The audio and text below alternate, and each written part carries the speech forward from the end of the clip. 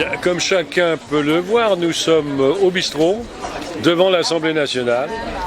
Dans quelques minutes, nous allons nous rendre dans une salle de l'Assemblée nationale pour être auditionnés en tant qu'organisation, association laïque sur le problème du voile intégral, de la burqa et le cas échéant de la nécessité de légiférer pour interdire ce genre de choses.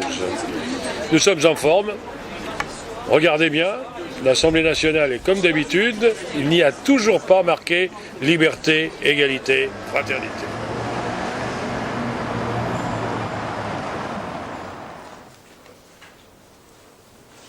Je pense qu'il faut qu'on continue de manière déterminée notre travail,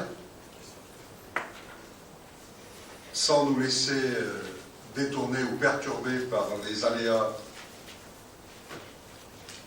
étatiques ou médiatiques, mais nous voulons vraiment déboucher sur des préconisations qui soient les plus fortes et les plus percutantes possibles.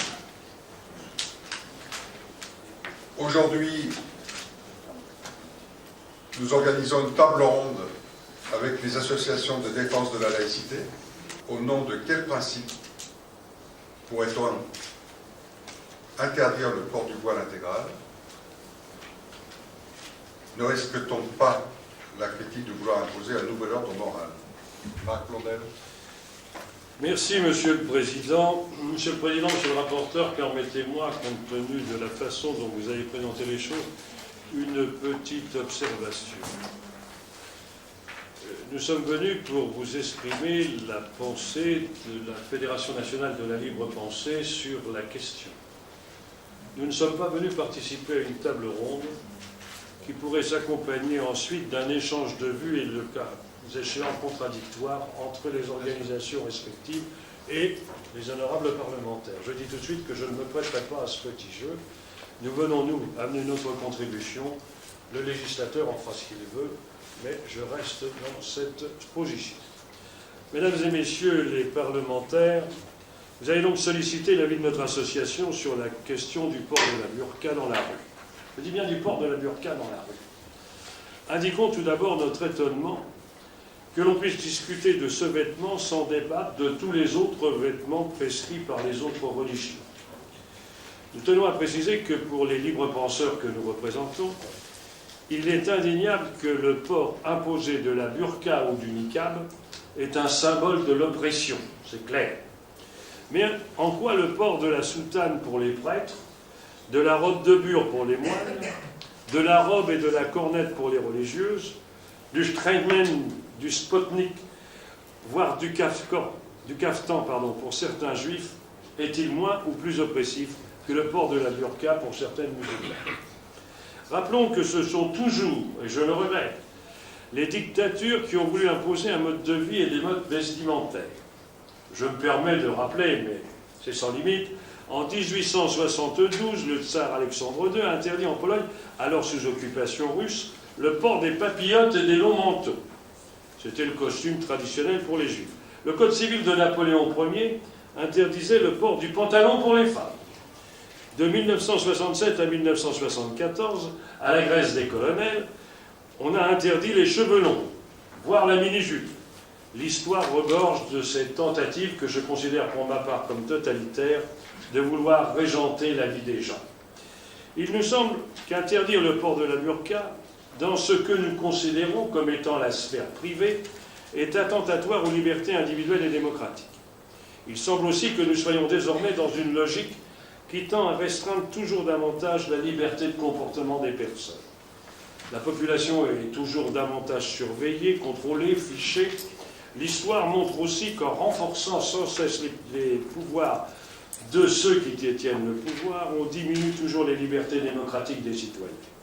Les élus républicains que vous êtes ne peuvent être insensibles à cet environnement.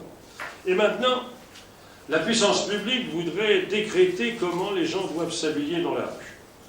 Notre pratique de l'engagement politique et militant nous conduit ensuite à nous interroger. Comment ferez-vous appliquer cette décision en cas de refus des personnes? Une telle décision est à la fois inapplicable et source d'affrontements considérables. Le rôle du législateur n'est pas d'allumer les brûlots, mais de permettre que chacun puisse vivre en paix selon ses choix et ses éventuelles convictions. Libre penseur, partisan du libre examen, pour nous, le concept ne doit jamais précéder la preuve. Nous récusons les acrobaties juridiques de ceux qui, voulant interdire la burqa, et la seule burqa, je le rappelle, pour les femmes musulmanes, en viennent à inventer des catégories juridiques aussi fumeuses qu'inexistantes. Permettez-moi une petite digression. Ainsi, certains tentent de remplacer la notion de sphère publique et privée par la notion d'espace public et privé. La loi de 1901 a codifié la sphère privée et la loi de 1905 a délimité la sphère publique. Cette tentative de substitution lexicale n'est pas neutre. Le mot sphère, qui, je le rappelle en géométrie, est une figure correspondant à une surface fermée et qui a, au sens figuré, est donc limitée. Une étendue restreinte. Alors que l'espace, qui est philosophiquement, serait un milieu idéal, indéfini. C'est par exemple l'immensité de l'espace céleste ou du champ de l'imagination. L'espace est indéfini par nature. En inventant littéralement la notion d'espace public dans lequel devrait s'appliquer la laïcité, uniquement d'ailleurs pour les musulmans, on élargit tellement le principe de laïcité qu'on le rend inopérant. En étant partout, la laïcité ne serait plus nulle part. La laïcité est une frontière. Avec de telles dispositions, on abolirait cette frontière qui est la garantie de la liberté de conscience pour tous.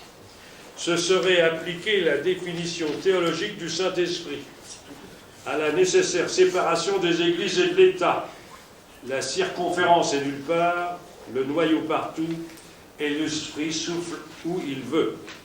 Je rappelle, si vous me permettez, que la laïcité n'est pas une philosophie, ni un art de vie, sinon elle s'apparenterait à une religion. C'est un mode d'organisation politique des institutions. Elle vise, par la séparation des églises et de l'État, la loi 1905, à distinguer institutionnellement le domaine de l'administration et des services publics du domaine privé et la vie des citoyens. La laïcité, comme principe politique d'organisation, s'applique aux institutions et non aux individus. C'est une claire distinction, mise en œuvre par la loi sur la liberté d'association du 1er juillet 1901 et par la loi du 9 décembre 1905, qui garantit la non-ingérence des conceptions métaphysiques dans le domaine public, pour mieux garantir la liberté d'opinion et de comportement dans le domaine privé. Dans cette acception, il est logique, républicain et laïque, d'interdire tout signe d'appartenance religieux à l'école publique, et pour les agents des services publics. C'est ce qu'ont fait la loi Goblet en 1886, la loi de 1905 et les circulaires de Jean Zay en 1936 et 1937. En revanche, la loi n'a pas à dicter les modes vestimentaires dans le domaine privé ou tout autre comportement, tant que ceci ne menace pas la vie d'autrui. Une précision avant de répondre à vos questions éventuelles. Comme aucun ne l'ignore, nous sommes à la libre pensée intéressés par l'évolution sociale. Et c'est ainsi que nous nous prônons et revendiquons l'égalité des droits, y compris entre sexes. Nous estimons alors qu'il appartient aux femmes seules, de déterminer leur comportement. Pour terminer, avec mes excuses pour cette observation, Monsieur le Président et Monsieur le rapporteur, nous voudrions faire part de notre étonnement quand nous avons appris que la Ligue de l'enseignement et la Ligue des droits de l'homme n'avaient pas été invitées et ne seraient pas invitées pour être auditionnées par votre mission parlementaire. Elles nous ont demandé de vous faire part de leur profonde identité de vue avec notre fédération et elles restent à votre disposition. Voilà, Monsieur le Président et Monsieur le rapporteur, ce que nous eussions aimé préciser au nom de la Fédération nationale de la libre pensée. Je vous remercie de votre attention.